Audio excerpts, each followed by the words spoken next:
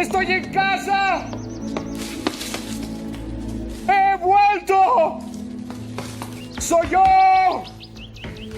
¡Soy yo! ¡Alan! ¡Mamá y papá! ¡He vuelto! ¡Estoy en casa! ¿Tú eres mi hermanita? No. Soy Judy, él es Peter. ¿Y mi mamá? ¿Papá está en la fábrica? ¿Eres Alan Parrish? Sí. ¿Y quién eres tú? Vivimos aquí. ¿Dónde están mamá y papá? No sabemos. Esta casa ha estado vacía durante años. Todos creían que habías muerto. Un pedacito de la película Jumanji de 1995.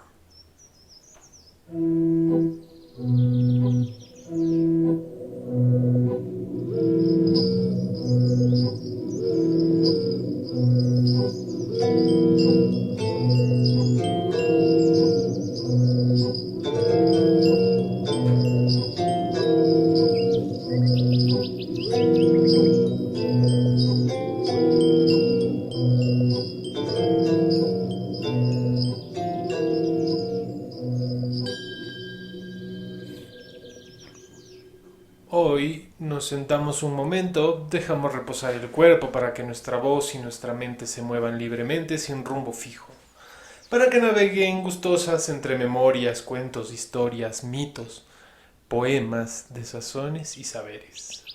En este instante fugaz, junto a todas esas cosas sutiles que nos conectan entre seres humanos, le damos un vistazo al universo complejo, fantástico, que vive dentro y fuera de cada uno de nosotros.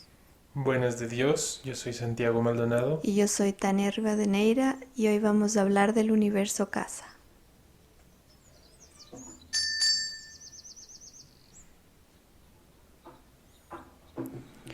El audio que escuchamos al inicio de Jumanji fue escogido porque creo que habla de la casa en dos sentidos muy especiales que tienen que ver con el universo de las casas.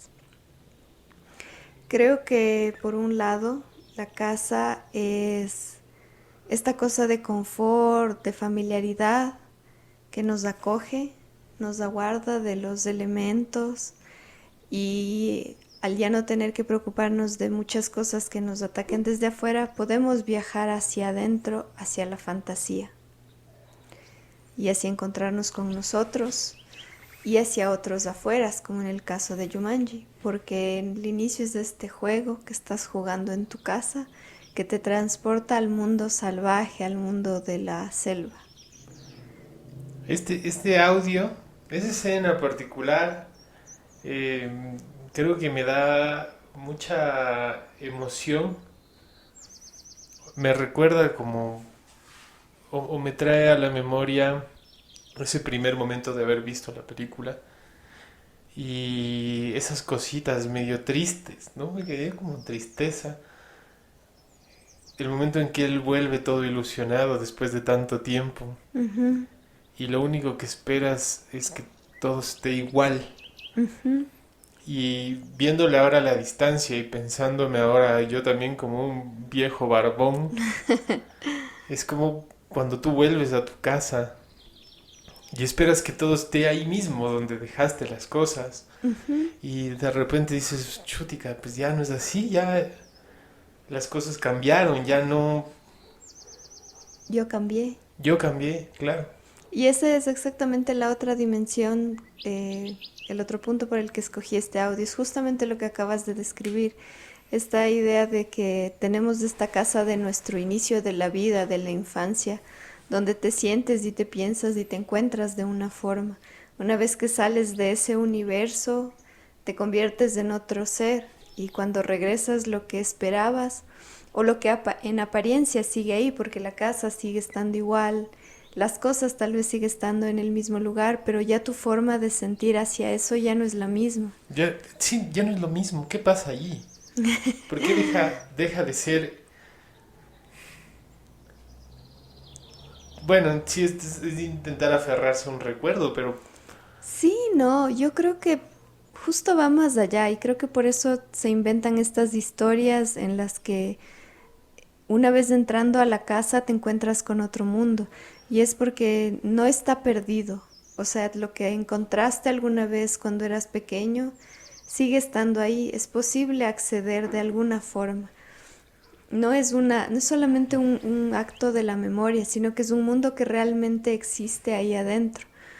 Pero claro, es difícil volver a entrar ahí, volver a entrar en esa lógica. Lo que está perdido no es ese mundo, es tu capacidad de entrar en esa lógica. Claro. Es la puerta que cerraste al salir, cerraste la puerta hacia esa posibilidad de entrar al mundo. Por eso hay tantas historias que son como Narnia, por ejemplo. Que en cambio te abre la puerta hacia... Es la puerta que tienes que abrir para entrar a este mundo. Y eso es algo interesante, ¿no? Y tiene que ver con el universo de las casas y son las puertas. Uh-huh. Porque tenemos esta fascinación de contarnos historias, que como le decimos siempre, y nosotros tenemos esta fascinación de las historias, por eso hacemos esto, que nos llevan a entender los espacios, los lugares y las cosas como algo más de lo que son objetivamente. No, una puerta es un espacio, es un pedazo de madera Uh-huh. con un picaporte que es una, en algunos casos de plástico, en otros casos de metal, una manivela que inicia un mecanismo que permite que se bloquee o no se bloquee, ¿no es cierto? Siendo como, o intentando pensar de manera objetiva, el objeto. Pero me fascina la capacidad que tenemos de transformar algo así, algo que no es, si quisieras verlo desde ese lugar, algo que no es nada. Es que no podemos hacer las cosas de otra manera, no podemos no simbolizar a las cosas, no darles un extra, porque nosotros nos sentimos así, te sientes como un ser que tiene un extra, aunque no sepas cómo reconocerlo, no le puedes decir alma, espíritu, lo que sea, pero reconoces que tienes un extra, que tienes una mente, ¿no? Que tienes una conciencia, que tienes un algo. Entonces, por lo tanto, a todo lo que tocamos le reflejamos la misma cualidad. Y peor aún en un ser en el que vives, en el que estás desarrollando toda tu vida o pedazos de tu vida. Y eso es otra cosa interesantísima. Nuestra manera de transmitirle vida a las cosas que nos representan, de alguna forma, ¿no? Este sillón que es para mí importante, por lo que sea. Uh-huh. Eso ya es una cosa de segundo orden, pero en primer orden este sillón es mi abuelo, por ejemplo. Uh-huh. O este sillón es parte de mi abuelo. Esta televisión, esta mesa, este mueble, este librero, esta máquina de coser. Sí, yo creo que tenemos esa capacidad, o sea, creo que sí pasa esta cosa dual de verles a las cosas como una cosa en donde se desarrollan nuestras vidas y una cosa como si quieres, un símil del humano, una cosa antropomorfa. Y en ese sentido está ahí como la cosa de las películas muy buena como para contarnos a todos de forma visual como estas posibilidades, porque pensaba que tienes casas como por ejemplo la de Mi Pobre Angelito, que en la casa de Mi Pobre Angelito es como el escenario donde suceden las cosas y es este punto de partida en el que el niño puede desarrollarse. O sea, es el punto en el que él como que deja de ser un infante como temeroso uh-huh. y tontón y se vuelve un como dueño del espacio. Entonces tienes ahí esta cualidad y tienes otras historias como las que decíamos, como la de La Casa Monstruo, por ejemplo. Claro. Donde la casa es literalmente un ser. Entonces, claro, es muy bonita la parte en la que el señor le habla y le dice, ya, claro. Querida, no te enojes. O algo así es era, la ¿no? esposa, la historia es bien bonita. Y le dice, ya, querida, no te enojes. O el cuento de la casa tomada también. en el que hay una desapropiación del espacio y una apropiación al mismo tiempo por una entidad invisible. Y ahí está como ese tercer punto, digamos, en el que vamos a profundizar más después. Es esta cosa de lo sobrenatural que también tienen estos espacios. Es decir, tenemos estas dos dimensiones que de alguna forma podemos entenderlas o avisorarlas, pero ahí está luego el elemento de lo paranormal o de lo extraño, lo que te rebasa y lo que incluso rebasa al objeto. Y hay como teníamos pensado ya hablar sobre la cuestión de casa embrujada, intenté investigar de alguna forma o juntar, a ver, ¿cómo sería? Intenté sobre racionalizar la casa embrujada. Y no pude. Me costó mucho llegar ahí. Y se me hizo muy lindo que la casa embrujada no puede dejar de ser un cuento. O sea, no puede dejar de ser como un paso o como un espacio donde prima la oralidad. O sea, lo que voy es que no pude encontrar un texto que desde una perspectiva, si quieres, intelectual, sobreanalice. No, la casa embrujada representa los miedos. No. Lo único a lo que llegaba era, vi algo en este tal lugar, la casa más embrujada de tal lugar. ¿Quién es el personaje o este ser que aparece en la foto? Todo iba hacia este lugar fantástico, más bien. Es que sí hay una racionalización antropológica y unas formas de pensar esto, pero sea como sea, siempre tienes que regresar a la historia y la historia siempre te va a descolocar porque es completamente antinatural, digamos. Es inexplicable, es anecdótica porque está basada en lo que alguien sintió y presenció. Exacto, tiene que ver con Entonces, experiencia. hay una racionalización, pero hay un límite, digamos, para esa racionalización, porque a quien le digas, mire, es que el valor antropológico de una casa embrujada es tal y tal y tal, porque tenemos qué sé yo, como una pena o un recelo social por los acontecido con las comunidades que solían vivir aquí, y entonces eso se traduce en que, y puedes hacer eso, pero te importa 3 rábanos del rato en que la puerta se te mueva sola y tú vas a salir corriendo, no va a haber raciocinio que te ampare en eso, y a ninguno de nosotros. Puede ser el ser más estructurado, que el rato en el que pase algo que te descoloque, o sea, te van a parar los pelos, lo quieras o no. Que hacen también una especie de juego con esto en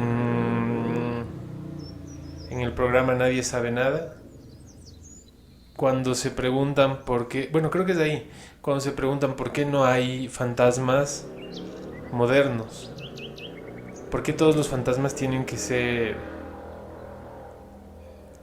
como antiguos? O sea, gente antigua que vivió en esa casa, y no hay espíritus que sí me entiendes, ¿no? Sí. Que no hay, que se acerquen más o lo podamos relacionar nosotros más con nuestra actualidad. Claro, ahí, por ejemplo, entra la cuestión sociológica y antropológica, porque hay esta romantización de los espacios. Es decir, que bueno, igual esto lo vamos a conversar ahí más luego, Sí. pero tiene que ver, sí, por ejemplo, con la forma, con el aspecto, al igual que con los seres humanos, este aspecto de las casas antiguas, que eran como muy grandes, que vienen como de la época victoriana, esta época que era como súper también extraña e intensa, como que se quedaron grabados todavía en nuestro imaginario y es una especie de romantización. Entonces, claro, si la casa es así, el fantasma se va a ver así. Entonces ahí hay tal vez un poco de una cosa, de un imaginario. Sin embargo, siempre rebasa, o sea, siempre, sí puedes encontrar como más historias de fantasmas modernos. Lo que pasa es que de alguna forma necesitamos como regresar a ese, como al origen o a la forma primigenia donde está el miedo. Y si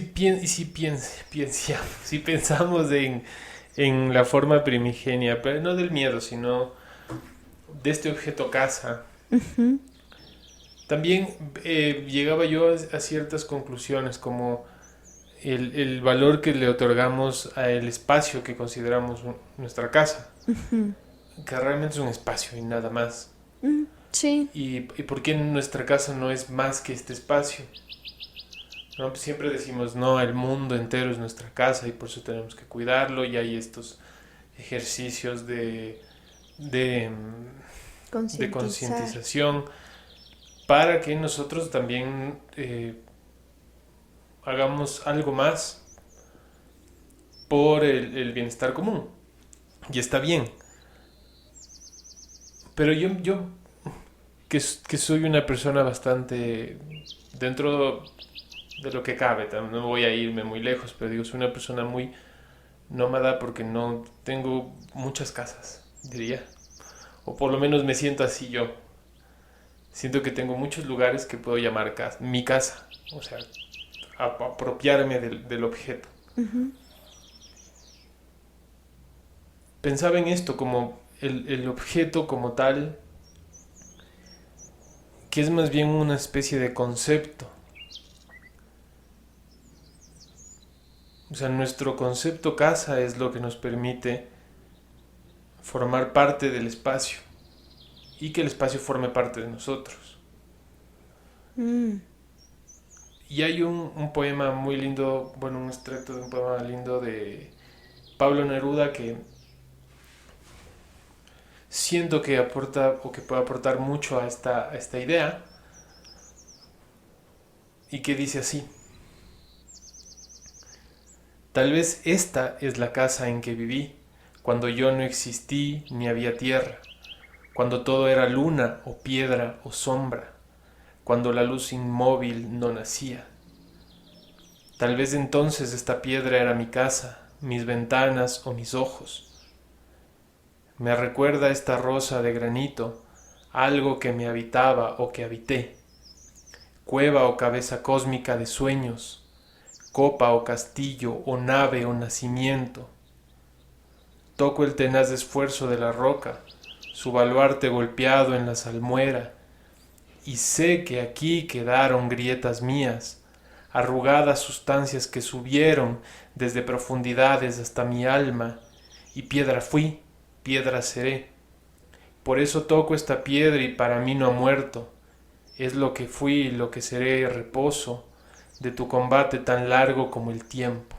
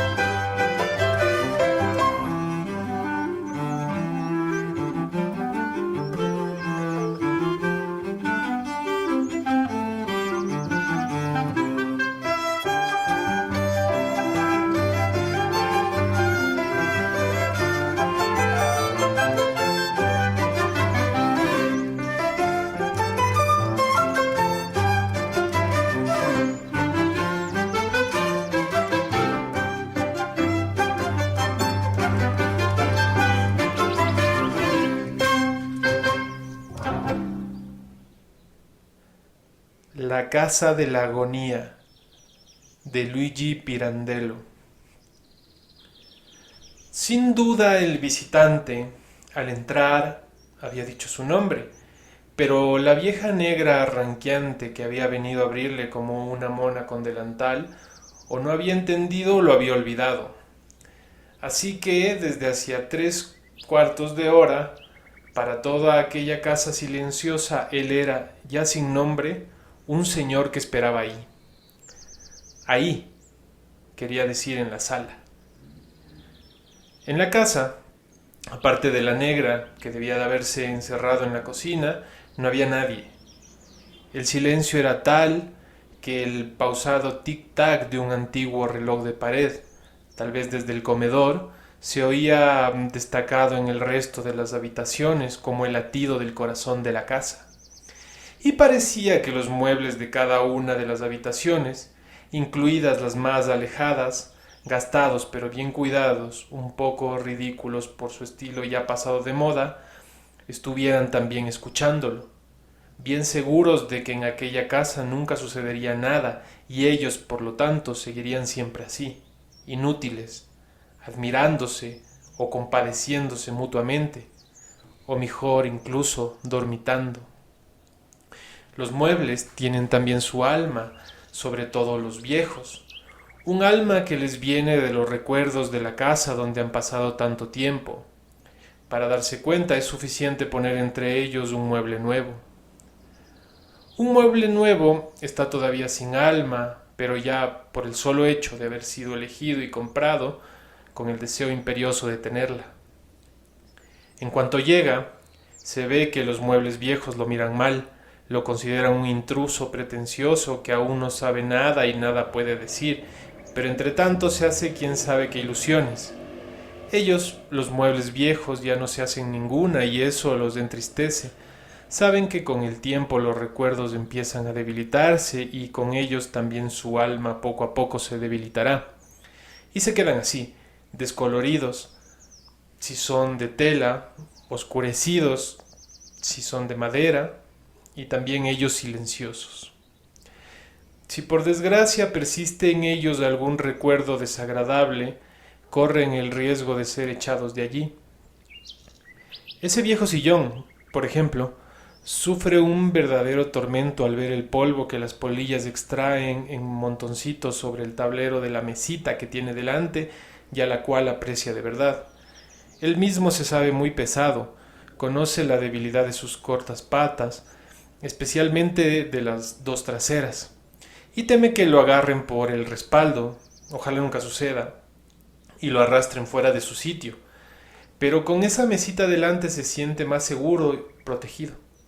Y no le gustaría que las polillas, haciéndola quedar mal con todos esos ridículos montoncitos de polvo en el tablero, la llevaran a acabar sus días en el desván. Todas esas observaciones y consideraciones las hacía el anónimo visitante olvidado en el salón. Como absorbido por el silencio de la casa, él, que había perdido en ella el nombre, parecía haber perdido también la persona. Convertido en uno de aquellos muebles en los que tanto se había ensimismado, sumido en la escucha del pausado tic-tac que llegaba destacado hasta el salón a través de la puerta entornada. Pequeño de cuerpo, casi desaparecía en el gran sillón oscuro de terciopelo morado donde se sentaba. Desaparecía también dentro del traje que llevaba. Los bracitos, las piernitas, había casi que buscárselas en las mangas y los pantalones. Era solo una cabeza calva, con 2 ojos penetrantes y 2 bigotitos de ratón. Estaba claro que el dueño de la casa había olvidado la cita dada para venir a verlo, y varias veces el hombrecillo se había preguntado si aún tenía derecho a estar allí esperándolo, al haber pasado ya de un límite razonable la hora fijada para la invitación. Pero él ya no esperaba al dueño de la casa, y si éste se hubiera presentado de repente, él se habría sentido incómodo. Allí, confundido con el sillón donde estaba sentado, con una dolorosa fijeza en los ojillos penetrantes y una angustia que crecía a cada instante y le impedía respirar normalmente, él esperaba otra cosa, terrible. Un grito procedente de la calle, un grito que anunciase la muerte de alguien, la muerte de un transeúnte cualquiera, que, entre la multitud de hombres, mujeres, jóvenes, viejos y niños, cuyo murmullo confundido le llegaba hasta allá arriba, pasara en el momento preciso bajo la ventana de aquel salón del 5.º piso. Y todo esto se debía a que un gran gato pardo había entrado en la sala, sin siquiera notar la presencia de él, a través de la puerta entornada, y de un salto había subido a la repisa de la ventana abierta. De todos los animales, el gato es el menos ruidoso. No podía faltar en una casa llena de tanto silencio. En el rectángulo azul cielo de la ventana destacaba un tiesto de geranios rojos.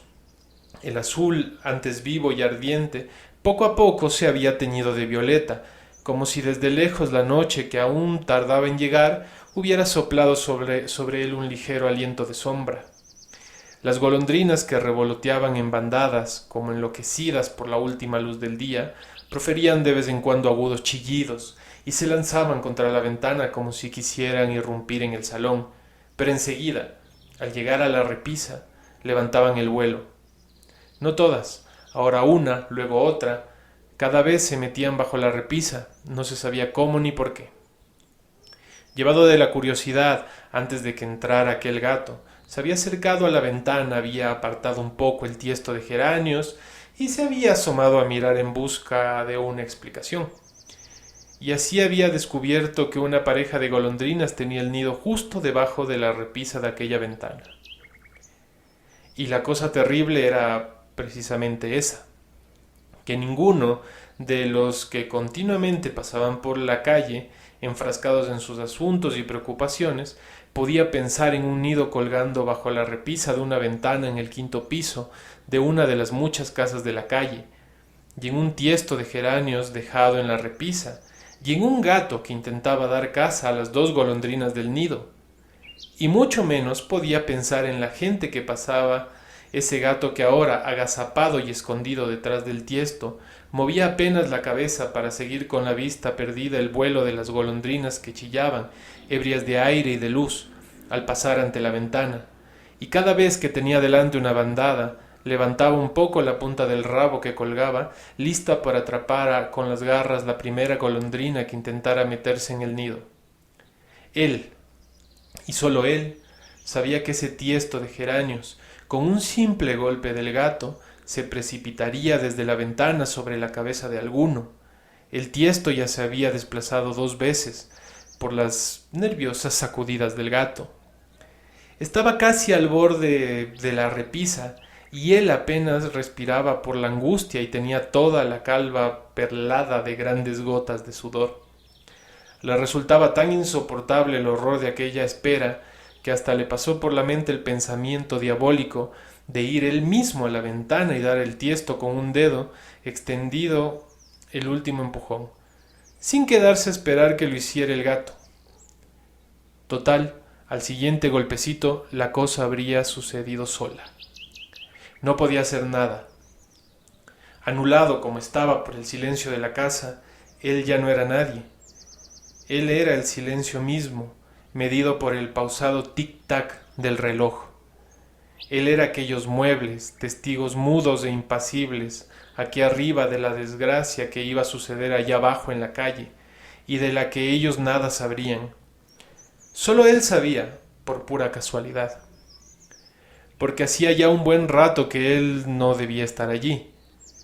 Muy bien podía imaginar que en aquella sala no había nadie, ni tampoco en el sillón al que estaba como atado por la atracción de aquella fatalidad que pendía sobre la cabeza de un desconocido, colgando de la repisa de aquella ventana. De nada servía que él conociera esa fatalidad, la natural coincidencia de aquel gato, aquel tiesto de geranios y aquel nido de golondrinas. La función de aquel tiesto era precisamente estar expuesto en aquella ventana. Si él hubiera quitado de allí para impedir la desgracia, podría impedirla hoy. Mañana la vieja criada negra colocaría de nuevo el tiesto en su sitio sobre la repisa, porque la repisa para aquel tiesto era su sitio. Y el gato, espantado hoy, volvería mañana a sus tentativas de cazar las golondrinas. Era inevitable. Y he aquí que el gato había empujado el tiesto un poco más, y estaba casi un dedo fuera del borde de la repisa. No pudiendo soportarlo más, escapó de allí, y al precipitarse escaleras abajo, le vino un relámpago la idea de que llegaría a la calle justo a tiempo para recibir en la cabeza el tiesto de geranios que precisamente en ese instante caía desde la ventana.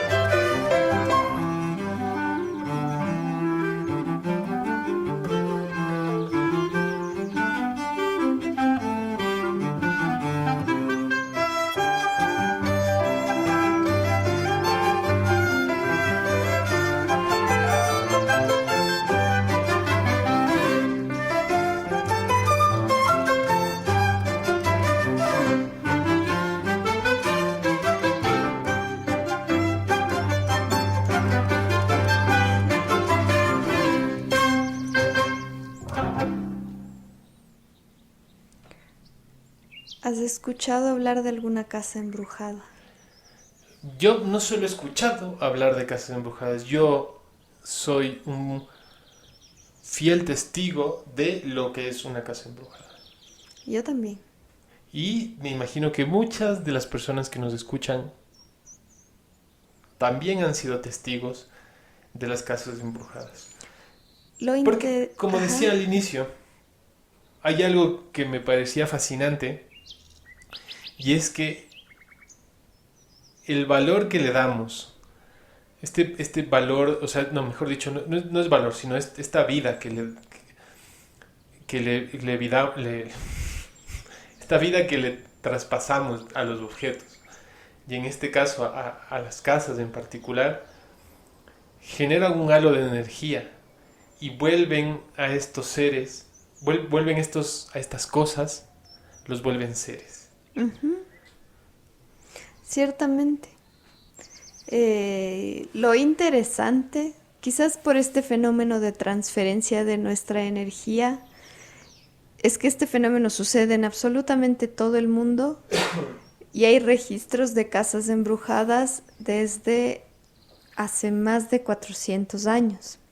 Entonces, entre las historias más antiguas que hay es justamente una de Plinio el Joven, que vivió entre el 61 y el 114 o 144 después de Cristo. Y él cuenta la historia de una casa. Que vivió como 90 años. Algo así. No, más, casi más de 100, no. Tal vez me estoy equivocando en la fecha. 90 años, bueno. Pues pero sí, es como su datación es justo antes de la era cristiana hasta la era cristiana. ¿Sí? Ya.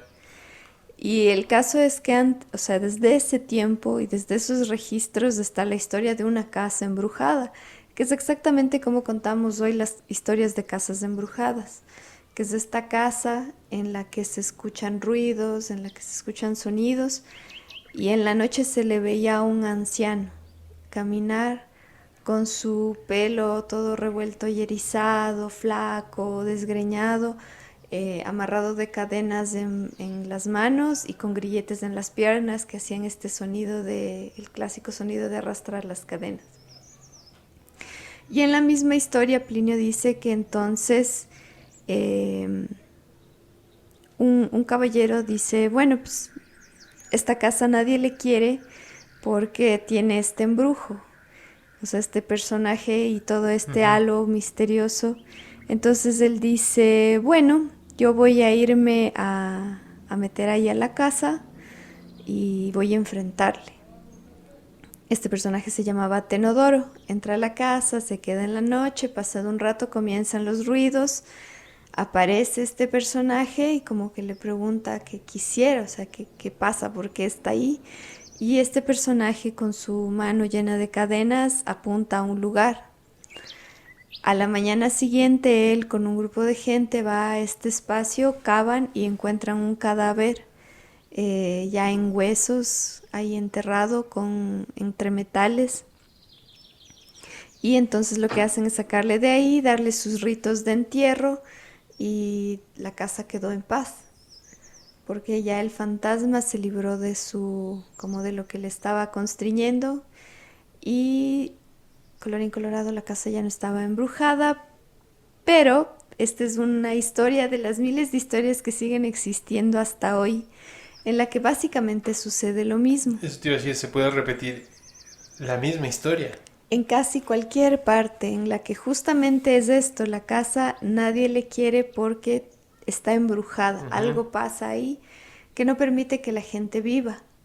Y entonces se crea todo este misterio alrededor de la casa embrujada, que es lo que estábamos hablando al inicio. Hay esta cuestión humana que se transfiere, que son como también todos nuestros temores y obsesiones y demás hacia este espacio. Entonces lo interesante que estaba leyendo, entre otras cosas, es que decía que, claro, la casa embrujada hacia afuera te genera como, todo este halo de misterio y de atracción, pero lo que sucede internamente con los personajes que se encuentran en una historia de casa embrujada es que hay un montón de confusión, lo que hace que cuando se narra la historia también hay un montón de imprecisiones. Es decir, yo estaba dentro de la casa y vi que se movió la puerta y otro dice, no, a mí lo que me pasa es que escucho sonidos. Que tú que si es que has vivido una historia de casa embrujada debe haberte sucedido, que en el caso de mi casa embrujada sucedía que todo el mundo escuchaba y veía fenómenos con excepción de mi abuelita. Y Claro. al punto era en que lo que sucedía ahí es que había un reloj que sonaba. Ellos decían que escuchaban todos un tic-tac, tic-tac, tic-tac. Y mi abuelita tenía dificultades para escuchar, o sea, ella no oía, entonces lo que le decían era como, venga, acérquese acá, porque decían que había un punto en que el sonido se localizaba en un lugar. Entonces lo que ellos le decían es como, acérquese, aquí está intenso. Y cuando ella se acercaba, el sonido se apagaba. Y para ella no había nada. Claro. Entonces, en realidad, aunque mi casa era embrujada, mi abuelita nunca llegó a presenciar, ni a sentir, ni nada. Entonces, claro, hay esta cosa que al menos se dice por acá, que es que las casas y las cosas se le presentan a la gente, que el lugar o el ser quiere que se le presenten, y no a todo el mundo. Entonces, claro, esto me parecía interesante, que es como que estas casas generan confusión interna. Y es algo muy común como de la convivencia humana, ¿no? Esta cosa de estar dentro de un lugar y todos confundirnos por hechos y cuestiones.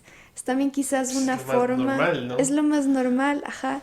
Sí, es una forma como tal vez de sublimar o de ponerle un misticismo a esta confusión humana dentro de esto, que es inexplicable. A veces no entiendes por qué existe la confusión humana cuando estamos viendo supuestamente o sintiendo el mismo fenómeno. Y aún así, cada uno tiene un punto de vista y una forma, lo que genera una confusión. Entonces esto es como tal vez una forma de mandarlo al lado místico, es decir, ahí no soy yo, no eres tú, es un fenómeno ahí que nos hace pelearnos, que nos hace entrar en conflicto. Pero bueno, esta es una de las miles de cosas que hay alrededor o en cuestión de esto de las casas embrujadas, que para mí es como de las cosas más interesantes. Primero porque las casas para mí son como una cosa obsesiva, para mí sí son bien importantes. Yo duermo y sueño en casas prácticamente cada noche de mi vida. Entonces para mí sí es como algo bien referencial y bien grande. Entonces se me hace bien interesante, se me hace como de estos fenómenos bien bonitos porque las casas como seres son seres bien bonitos. Y en medio de esto pueden pasar estas cosas que te generan justo el efecto contrario. Es decir, la casa se supone que es este lugar donde estás protegido y a salvo. Ujú. Pero ¿qué pasa cuando la amenaza viene desde adentro? Claro. Entonces tu vulnerabilidad como ser en esta sociedad que requiere una protección, o incluso como ser natural que requiere una protección, es extremo. O sea, te sientes completamente desvalido y solo y ¿qué voy a hacer? Y tal vez como entiendes la idea y el valor de la casa, eh, puede ser que no tengas la capacidad de verte fuera de ahí también. Y por eso te aferras o, o asumes lo que te esté pasando sin hacer algo al respecto. O sea, como que no quiero decir que justificas, porque no creo que va por ahí, pero de alguna forma este es tu espacio, ¿no? Y si el mal viene de adentro igual, sigue siendo tu espacio. Entonces es muy difícil como solo soltarlo y ya. ¿Cómo convivir con como con el fantasma? ¿Cómo Por convivir ejemplo, con el mal? para, y claro, para nosotros fue así porque era mi casa de la infancia y era la casa donde igual era la infancia de mis tíos y Ah, de mis perdón, padres. yo no estaba hablando de fantasmas. Ah, claro, no, O no, sea, pero, claro, sí, sí, sí. ajá, tú Pero dices quiero que se como entienda, más en estaba el hablando... sentido endemoniado y No, así. no, no, no, no. Yo estaba hablando en el sentido más humano, como si dentro de tu casa Ah, no te sientes bien porque hay maltrato, por ejemplo, ¿no? Por poner ajá, ajá, una cosa. Aún así sigue siendo tu casa. claro, Es muy difícil soltar. claro. Como haciéndome una idea del por qué eh, es tan difícil Mm, salirse de estos espacios. claro. Que luego eso se puede, se puede traspasar a la fantasía, como con esta cuestión de los demonios y de... Sí, ajá. Ha habido muchos casos que sí. Lo primero que se intenta buscar, como en estas cuestiones de mi casa es paranormal, es esta cosa de qué es lo que está pasando al interior de la casa. Porque, o bien si hay un fenómeno no natural, o puede ser que hay cuestiones como de maltrato a las personas, de una persona con una enfermedad mental, alguna cuestión. Entonces, claro, lo primero que hacen es siempre intentar entender qué es lo que está pasando desde el lado más práctico. Pero claro, es justo a lo que yo también me refería cuando decía que estas cosas que pasan al interior de casa sí te hacen sentir terriblemente vulnerable y no necesariamente tienen que ser cosas extremas como maltrato. El hecho de que muchas veces tú no entiendes la forma de accionar de tus padres o no Sí, comprendes claro. muchas cuestiones porque eres chiquito o qué sé yo, El sentirte incomprendido es también... te sientes incomprendido, hay un montón de situaciones que te generan un estrés y por lo tanto también eso te genera una vulnerabilidad. Y creo que es justo esto, o sea, afuera tú dices, bueno, es aceptable tener miedo y sentirte vulnerable porque estás en un espacio grande y común, Y que de alguna pero, forma no te pertenece. ajá, y que no te pertenece, pero adentro donde se supone que estás con tu gente en un espacio controlado, ¿por qué habría yo de sentirme en esta forma? O sea, Claro. creo que eso es lo que hace que estos fenómenos de casa embrujada sean interesantes porque es lo que sucede hacia adentro y es lo que sucede también hacia adentro de los seres humanos si lo ves de alguna forma como esta casa como símil de un ser humano, es decir, Ujú. hacia adentro hay cosas que no están funcionando bien y es lo mismo que pasa con nosotros, hacia adentro quizás hay cosas que no están funcionando bien, entonces te muestras con ira, con enojo, con lo que sea que pueda reflejar a través de estos fenómenos endemoniados, porque adentro tuyo no te estás sintiendo como bien. Ahora, ese es como el lado mm, psicológico que se le puede atribuir a estas casas, pero claro está también esto que te decía, que sí, o sea, es como tú dices, de este halo que nosotros generamos a las cosas, que es la energía que se queda en las cosas, sí genera que pasen cosas extrañas que tú no puedes explicar, que es lo que estábamos hablando al inicio, que sí eh, hay un límite para la racionalización de los hechos, que es bueno siempre tenerla como de primera mano y no botarte a lo extranormal, porque si no luego te convencen con cualquier cosa. Pero ya pasado un límite, creo que entonces sí tienes que decir, bueno, me rindo. Hay más cosas sucediendo. Sí, sí, es una conclusión que supongo a la que llegamos bastante seguido cuando tenemos nuestras conversaciones paranormales. Y es que no se necesita o no, bueno, por lo menos desde mi lugar, no necesito una explicación, no necesito que me des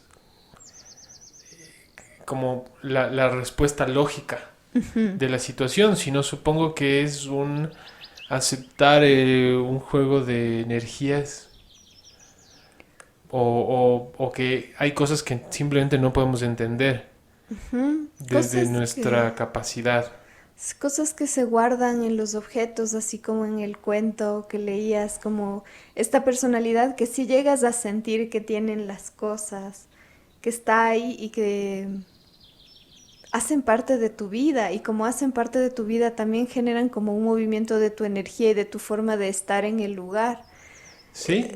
Lejos de hacerlo paranormal o extraño, es así. Sí. Ajá. Es como decíamos, este hombre que pierde su identidad se vuelve, Es se consumido vuelve por nada, ajá, es consumido por el espacio y se vuelve silencio. se vuelve silencio y lo único que necesita es que esa maceta le caiga a alguien para sentirse lleno en alguna forma. Claro, supongo que tú como el ente móvil es de esto, puedes ver qué puede pasar o qué va a pasar, pero sigue siendo nada.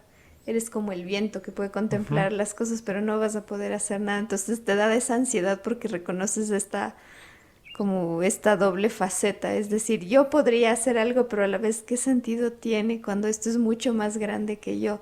Entonces está muy bonito la historia en ese sentido. Sí, yo le conectaba con esta idea de las casas embrujadas o encantadas, que es un término que me parece bonito, ¿no?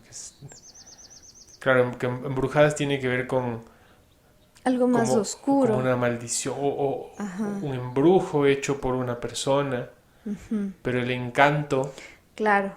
no es inherente al Como ser la humano. película. Como la película Encanto. Claro, pero no digo no es inherente al ser humano, sino el encanto el en- hay cosas que pueden encantar sin necesidad de ser humanas. Y ahora que dije lo de la película, la película esta del Encanto es muy bonita en ese sentido, que es la casa que se va destruyendo a medida que no puedes contener ciertas cosas. Como que no podías contener los valores tradicionales, digamos, o que había un secreto guardado ahí que Claro, impedía que la casa se mantuviera junta. sí. Entonces es una gran forma de contar justo esta situación familiar, psicológica y social en ese sentido, que es, o sea, amerita un cambio, pero no sabes cómo cambiar, entonces lo que empieza es la estructura a resquebrajarse. Y es que en un aspecto más amplio o tal vez más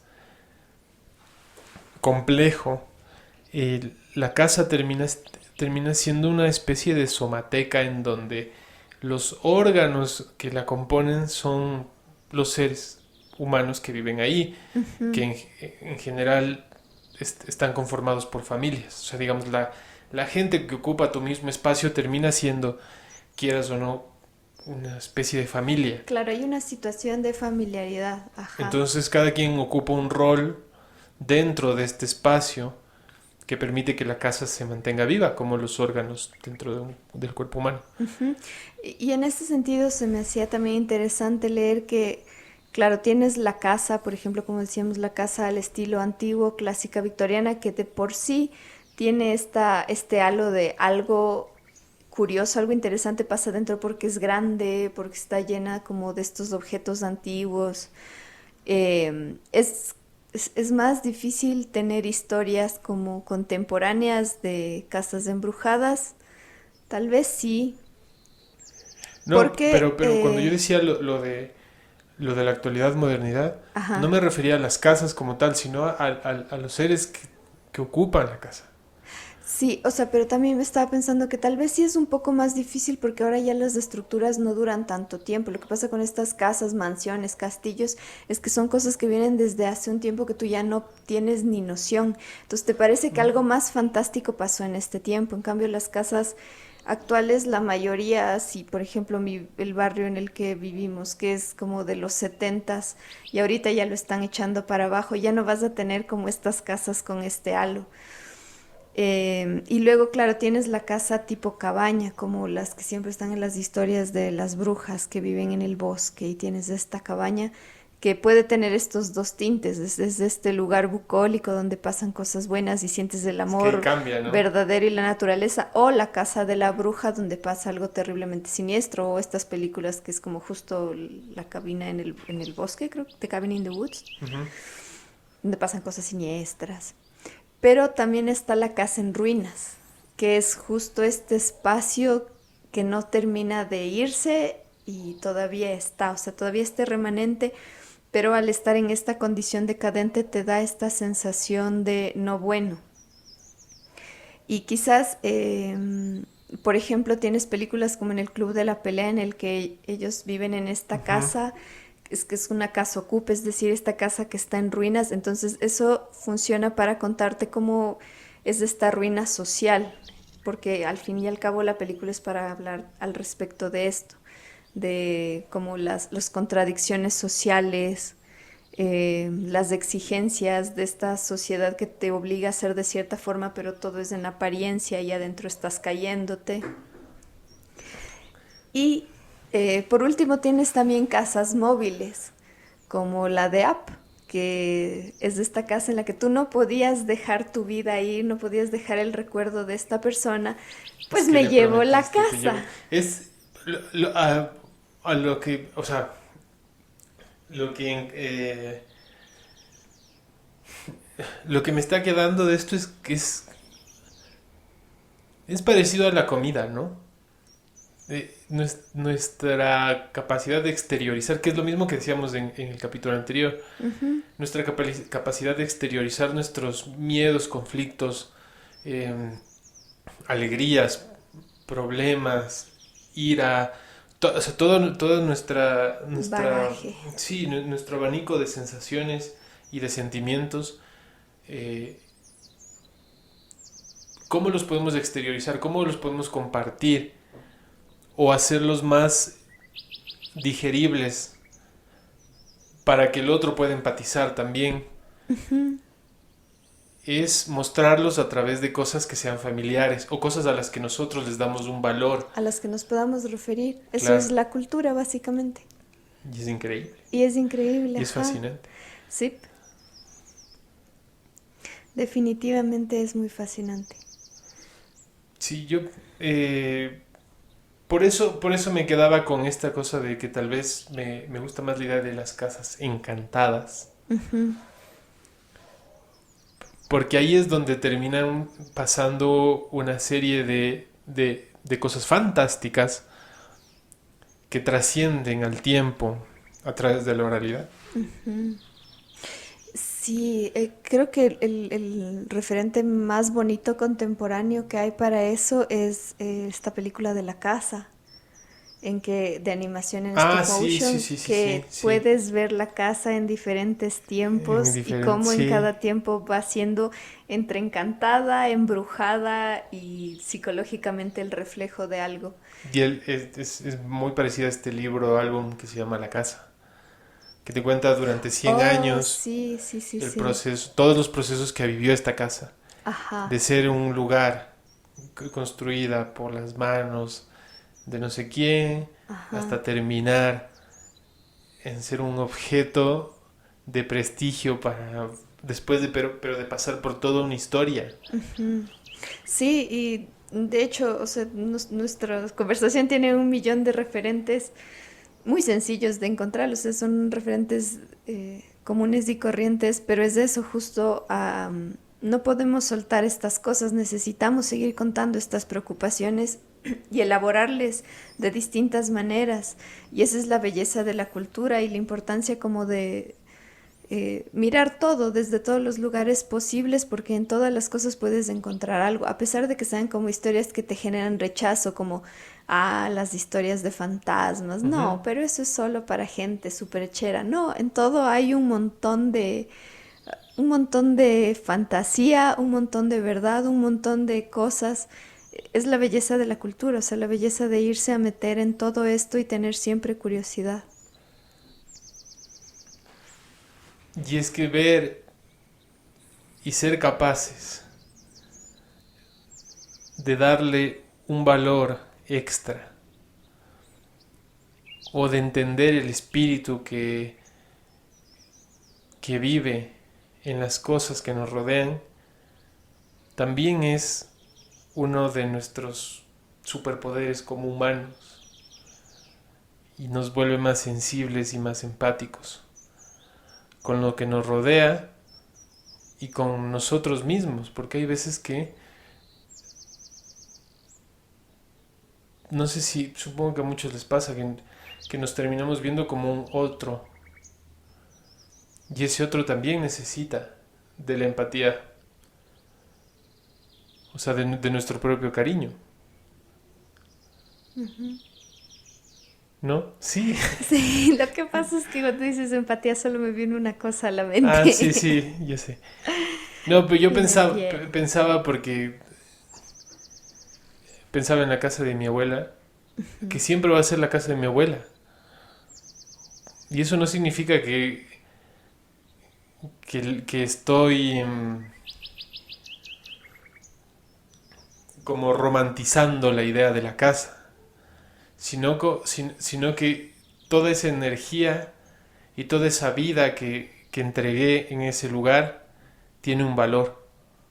Por supuesto, ese es creo que como el final, como si es que vieras desde arriba todas las casitas, serían como cajitas que están guardando todos ese cúmulo de cosas que hemos vivido. O sea, es como bonito pensar que si te murieras y al final pudieras flotar por encima de estas cosas y pudieras ver todos los tiempos en los que estas cosas sucedieron dentro de estas cosas, sería realmente bonito ver y sentir todo lo que fuiste y viviste y con quienes compartiste.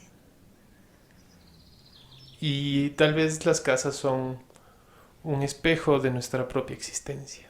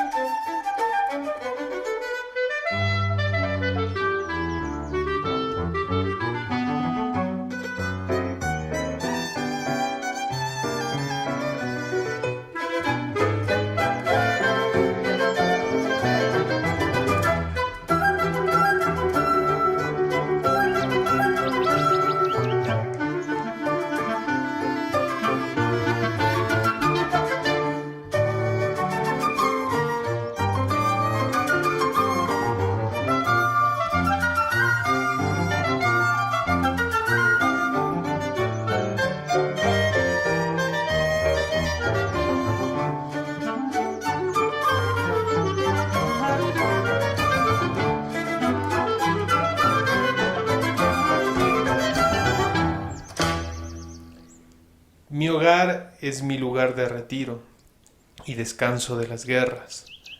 Intento mantener este rincón como un refugio contra la tempestad exterior, mientras hago otro rincón en mi alma. Michel de Montaigne.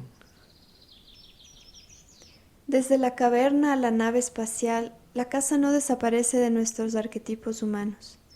Ella continúa adaptándose de acuerdo a nuestras ambiciones y necesidades. Y al escribir esta última oración pierdo el sentido de lo que iba a decir, porque me doy cuenta que tan pronto como pude le di un pronombre y uno femenino. La llamé ella.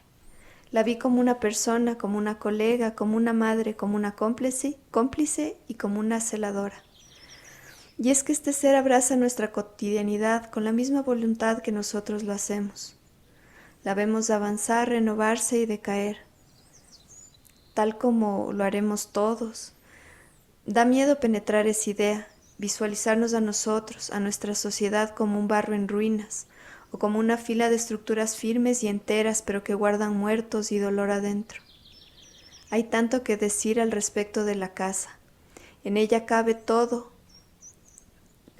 el espectro de la luz, más fuerte hasta la más negra pesadumbre.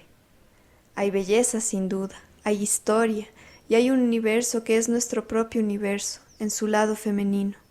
Ese lado misterioso, poderoso, ese lado que sabe ser salvaje y hermoso en lo que guarda y engendra. Esperamos que hayan disfrutado el programa de hoy. Queremos agradecer a la radio de Paraíso Modular por brindarnos este espacio. La música del Palo Encebado fue compuesta e interpretada por Sara Zambrano. Las melodías que acompañan el programa pertenecen al disco Inmortales del ensamble de cámara Intempore, versión y arreglo por Leonardo Cárdenas. Les invitamos a seguirnos en nuestras redes sociales como @elpaloencebado en Instagram y en Facebook como El Taller Las Manos del Diablo. Pueden escuchar este y todos nuestros episodios en Spotify o en nuestro canal de YouTube. También tenemos grupos en Telegram y WhatsApp donde intentamos publicar constantemente noticias, curiosidades, videos interesantes, entre muchas otras cosas. Pueden unirse para conversar y compartir. Les invitamos a escucharnos la próxima semana a la misma hora por la radio de Paraíso Modular. Los trajes no son otra cosa que símbolos de algo escondido muy adentro. Siguiendo estas palabras de Virginia Woolf, nos encontramos la próxima semana para hablar de los ajuares. Recuerden siempre que no hay ni uno solo de nosotros que no sea portador de ese espíritu sagrado, un constructor de relatos, un perpetuador de tradiciones y por ende un generador de cultura desde cualquier contexto y realidad. Compartan abiertamente su sabiduría, sus historias, sus visiones, sueños, sensaciones y dolores. Las palabras pueden salir con ambigüedad, con rareza, mas escúchenlas pacientemente, porque sin duda quedarán asombrados. Muchas gracias, nosotros somos El Palo Encebado.